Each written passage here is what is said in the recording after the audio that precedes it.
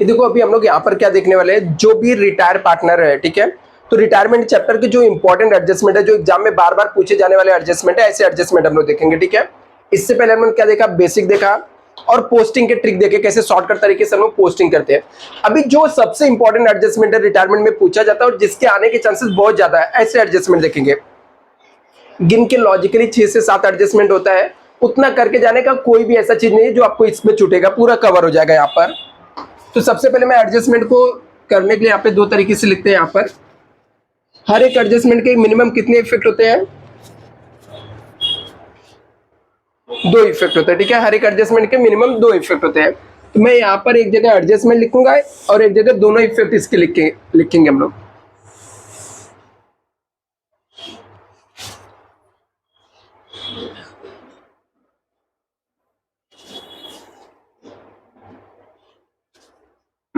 चलो ठीक है, ये हमारा यहाँ पर एडजस्टमेंट हो जाएगा एक कॉलम में, और यहाँ पर फर्स्ट इफेक्ट और यहाँ पर सेकेंड इफेक्ट, फर्स्ट और सेकेंड इफेक्ट रहेगा। तो सबसे पहला यहाँ पर एडजस्टमेंट देखते हैं। अभी यहाँ पर आपको आ सकता है कि असेट्स डेप्रिसिएटेड, अभी असेट्स का डेप्रिसिएशन हो रहा है। तो असेट्स का डेप्रिसिएशन होना मतलब असेट्स की वैल्यू क्या होना, कम होना। अभी असेट्स का वैल्यू कब कम होगा, जब हम लोग ऐड करेंगे तब कि लेस करेंगे, कंफर्म है। असेट्स का वैल्यू कम कब होगा, जब हम लोग लेस करेंगे तब। तो एक इफेक्ट क्या आ जाएगा, less from assets, less from. अभी कौन सा असेट्स हो सकता है, कोई भी हो सकता है। असेट्स मतलब कोई भी असेट्स हो सकता है, बिल्डिंग भी हो सकता है, मशीन भी हो सकता है, फर्नीचर। असेट्स मतलब कोई भी असेट। ठीक है, हम लोगों ने अभी ट्रांसफर में देखा था, ठीक है, जब पोस्टिंग का ट्रिक हम लोगों ने सीखा था तो उसके अंदर देखा था असेट्स को हम लोग कहाँ पे ट्रांसफर करते हैं, असेट्स में करते हैं। तो उस असेट्स में से कोई भी असेट्स का यदि डेप्रिसिएशन बोला तो हम लोग एक क्या करेंगे, एक इफेक्ट लेस फ्रॉम असेट्स में से जाके लेस कर देंगे। दूसरा आप लोग खुद सोचो, यदि मेरे असेट्स का वैल्यू कम हो रहा है तो हमारे लिए प्रॉफिट है कि लॉस, लॉस है। और इस टॉपिक का रूल है, कोई भी लॉस हुआ तो रिवैल्यूएशन अकाउंट के डेबिट साइड में लिखने, कहां पे लिखने का, दूसरा नाम क्या होता है, प्रॉफिट एंड लॉस एडजस्टमेंट। ठीक है, तो या तो प्रॉफिट एंड लॉस एडजस्टमेंट के डेबिट साइड में या रिवैल्यूएशन के डेबिट साइड में, दोनों का मतलब क्या हुआ, सेम हुआ। इसका दूसरा इफेक्ट आ जाएगा revaluation account debit side, revaluation account debit side. अभी देखो यहाँ पर या तो कभी कभी डेप्रिसिएशन लिख के दिया रहेगा, या दूसरा कैसे देता है हम लोग को, असेट्स का रीवैल्यू दिया रहेगा। असेट्स का क्या दिया रहेगा, रीवैल्यूड का मतलब होता है नया वैल्यू देना। ठीक है, अभी मान लो बैलेंस शीट के अंदर आपको, बैलेंस शीट के अंदर कोई भी असेट्स का वैल्यू, ठीक है, बैलेंस शीट के अंदर असेट्स का वैल्यू कितना दिया है, 50,000 दिया है, और उसका रीवैल्यूड जो रहेगा मान लेते हैं 45,000 दिया है। तो इसका भी मतलब क्या हो गया, डेप्रिसिएशन ही हो गया। इसका मतलब भी क्या हो गया, डेप्रिसिएशन। क्यों, क्योंकि रीवैल्यूड का मतलब क्या हो गया, नया वैल्यू। पहले असेट्स का वैल्यू था 50,000, अभी इसका वैल्यू कितना हो गया, 45,000। इसका मतलब इसकी वैल्यू 5,000 से कम हो गई। अभी 5,000 से मेरे एसेट्स का वैल्यू कम हुआ, मतलब उसे हम लोग क्या बोलते हैं, डेप्रिसिएशन बोलते हैं। ठीक है, वहां पे लिखते समय हम लोग क्या लिखेंगे, डेप्रिसिएशन। तो क्या करेंगे, लेस फ्रॉम असेट से लेस कर देंगे, दूसरा रिवैल्यूएशन अकाउंट डेबिट साइड में। अभी यहाँ पर 1 2 3 एडजस्टमेंट कितने भी बने, लॉजिक अपना एक ही सेम ही रहेगा। ठीक है, कोई भी चेंजेस नहीं होगा। असेट्स का वैल्यू चाहे वो फर्नीचर का वैल्यू कम होगा तो भी हम लोग उसमें से लेस करेंगे, मशीन का वैल्यू कम होगा तो भी लेस करेंगे, स्टॉक का वैल्यू कम होगा, सब में हम लोग डेप्रिसिएशन के नाम से लेस करेंगे। और दूसरा इफेक्ट क्या कर देंगे, रिवैल्यूएशन अकाउंट के डेबिट साइड में लिख देंगे। दूसरा मोस्ट इंपॉर्टेंट एडजस्टमेंट रहेगा असेट्स एप्रिसिएटेड। ठीक है, एप्रिसिएटेड का मतलब होता है बढ़ना। ठीक है, हम लोग इंक्रीज वर्ड भी लिख देते हैं, इंक्रीजेस या इंक्रीज। अभी इंक्रीज का मतलब क्या होता है, बढ़ना।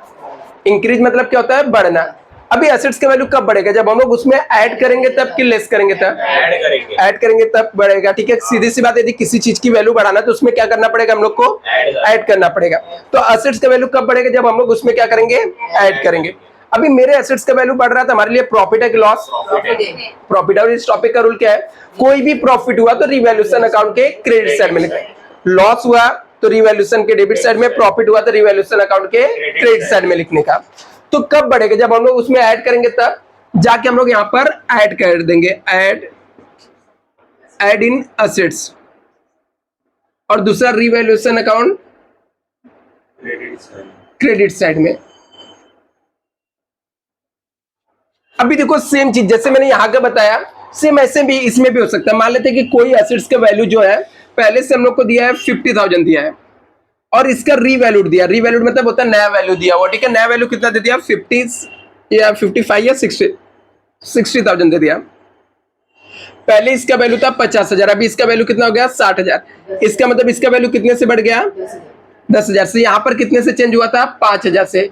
अभी ये जो डेप्रिसिएशन में अमाउंट जाता है ना, यहाँ पर डेप्रिसिएशन जो अमाउंट एड लेस करना, तो कितना रहता है, सिर्फ 5,000, क्योंकि यहाँ पर रीवैल्यूड वाले केस में बीच का डिफरेंस लेने का, रीवैल्यूड वाले में क्या करने का, बीच का डिफरेंस लेने का। यदि डेप्रिसिएशन बोला रहता है डायरेक्टली ले लेते हैं हम लोग, ठीक है। तो यहाँ पर बोला रीवैल्यूड बोला, इसका मतलब हम लोग को यहाँ पर इंक्रीज हुआ है, कितने से इंक्रीज हुआ, 10,000, तो एड इन एसेट्स हो जाएगा, और रिवैल्यूएशन अकाउंट कहाँ पे आ जाएगा, क्रेडिट साइड में आ जाएगा। थर्ड यहाँ पर हो सकता है लायबिलिटीज डिक्रीजेस या लायबिलिटीज इंक्रीजेस, ठीक है। लायबिलिटीज इंक्रीजेस मतलब मेरा कर्जा क्या हो रहा है, बढ़ रहा है। तो कर्जा कब बढ़ेगा, जब हम लोग उसमें ऐड करेंगे तब, कि लेस करेंगे तब, ऐड क्या बढ़ेगा, मतलब ऐड करेंगे तब ना। तो एक इफेक्ट क्या हो जाएगा, ऐड हो जाएगा, ठीक है। ऐड इन लायबिलिटीज, ऐड कर देंगे।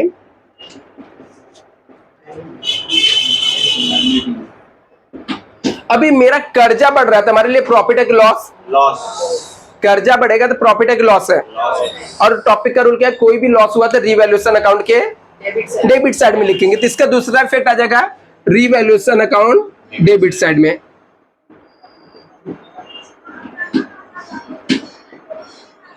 इसकी opposite entry liabilities decreases, liabilities कम हो गई, राइट अप कर दिया, डिक्रीज हो गया, ठीक है। अभी मेरा कर्जा कम हो रहा, कब कम होगा, ऐड करेंगे तब कि लेस करेंगे तब, डिक्रीज हो रहा है, कब होगा, लेस करेंगे तब, ठीक है। तो एक इफेक्ट आ जाएगा, लेस हो जाएगा, लेस फ्रॉम लायबिलिटीज।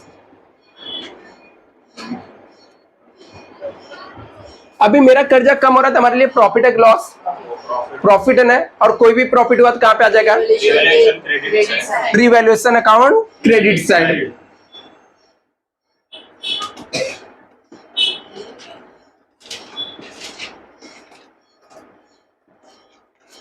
इसके बाद स्टूडेंट हम लोग आते हैं, ये देखो ये 4 एडजस्टमेंट्स में से मैक्सिमम आपके सब में आएंगे, ठीक है। चाहे 3 एडजस्टमेंट में कन्वर्ट करके दे, चाहे 4 में कन्वर्ट करके दे, मतलब 80% यहां से आएगा।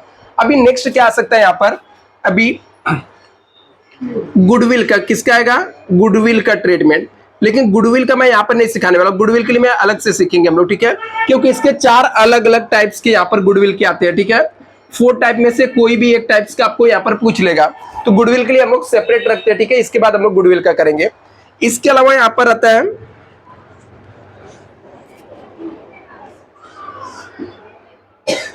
बैलेंस अमाउंट,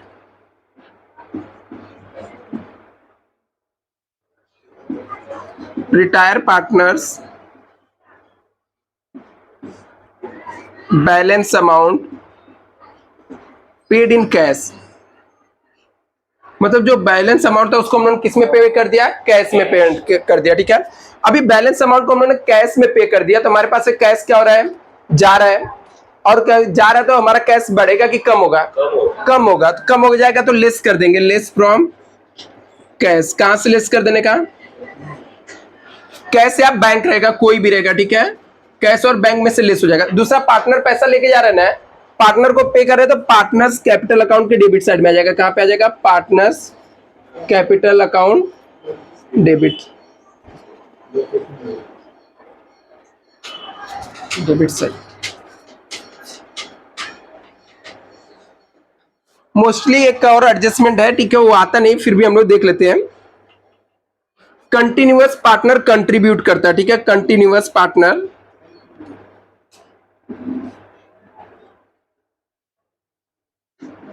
कंट्रीब्यूट, ठीक है, वो कंट्रीब्यूट कर रहा है, मतलब लाके कुछ चीजें दे रहा है, ठीक है। जो बचे हुए पार्टनर वो कैश लाके दे रहे हैं, बिजनेस में कैश दे रहे हैं, तो ऐड इन कैश, क्योंकि हमारा कैश क्या हो जाएगा, बढ़ जाएगा, ऐड इन कैश, कैश में ऐड हो जाएगा। दूसरा, पार्टनर्स ने लाके दिया तो पार्टनर्स कैपिटल अकाउंट के क्रेडिट साइड में आ जाएगा, partners capital account credit side में आ जाएगा। इसके अलावा तो जो क्लोजिंग आता है, तो क्लोजिंग जो पार्टनर्स करेगा, रिटायर पार्टनर्स को, उसका बैलेंस अमाउंट को लोन में ट्रांसफर करना रहता है, ठीक है। तो लोन में जब हम लोग ट्रांसफर करेंगे तो ऑटोमेटिक क्लोज करके उसको हम लोग जाके लिख देंगे, ठीक है। तो उसको लिखने की जरूरत नहीं है, या तो लिख सकते हो ऐसा, रिटायर पार्टनर्स क्लोजिंग बैलेंस। ये जब हम लोग क्लोज करेंगे ना ऑटोमेटिक वो आ जाएगा, ठीक है। ये कहां पर अमाउंट आएगा, पार्टनर्स कैपिटल के डेबिट साइड में आ जाएगा partners capital account, debit side में आएगा। दूसरा कहां पे आ जाएगा, ये बैलेंस शीट के लायबिलिटीज में, जब लोन में हम लोग उसको अमाउंट को ट्रांसफर करते हैं, balance amount transfer to loan. इसे लिख लो, रिटायरमेंट में मोस्टली यही एडजस्टमेंट आता है। अभी हम लोग गुडविल का एडजस्टमेंट कर लेंगे, ये चीजें हम लोग को कंप्लीट हो जाएगी एडजस्टमेंट का।